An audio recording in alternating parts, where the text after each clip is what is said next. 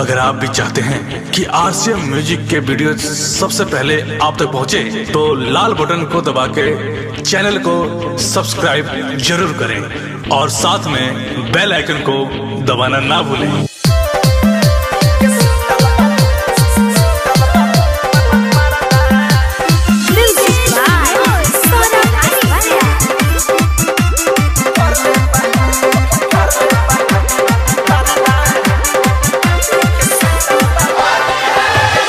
संगे होली खेली रख कोइला बनवला सरधा जोरे जोरे निदरदा के कादा संगे होली खेली रख कोइला बनवला सरधा जोरे जोरे निदरदा होली खेलत में परले बा देवारा परदा के सुतल बा मरदा होली खेलत में परले बा देवारा परदा के सुतल बा मरदा।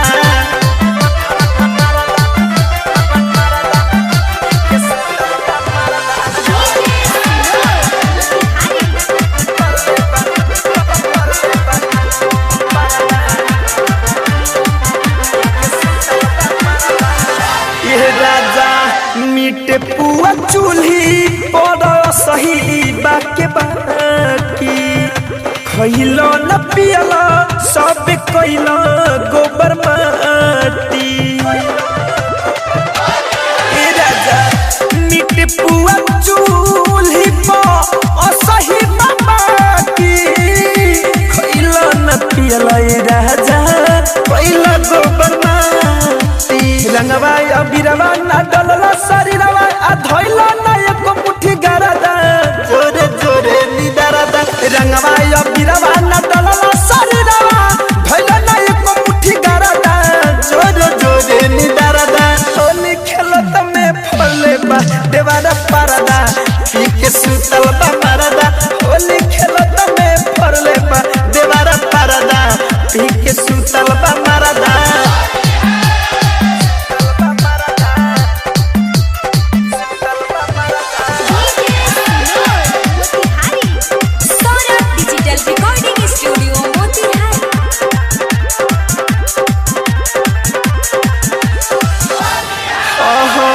के तनो खटाई पीस मुँह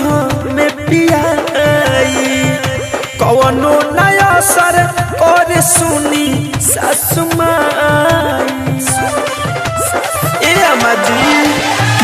के तनो खटाई पीस मुँह में पियाई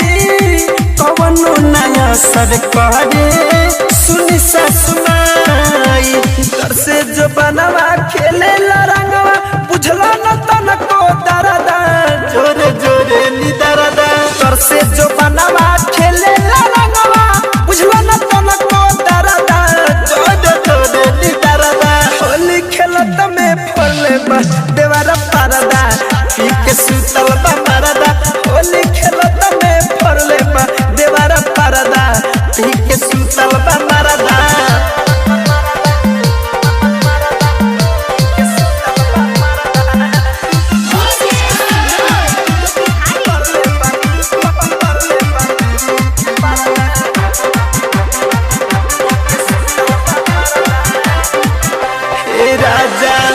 रंगवा बिरवा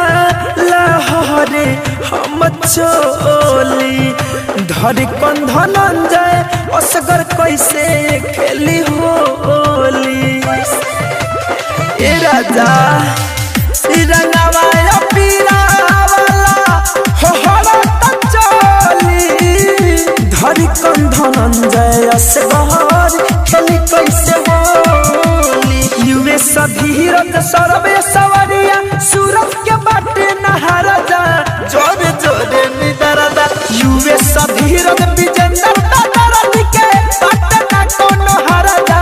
जोरे जोरे निदरदा होली खेलत में फरले बा देवारा परदा के सुतल बा मरदा होली खेलत में फरले बा देवारा परदा के सुतल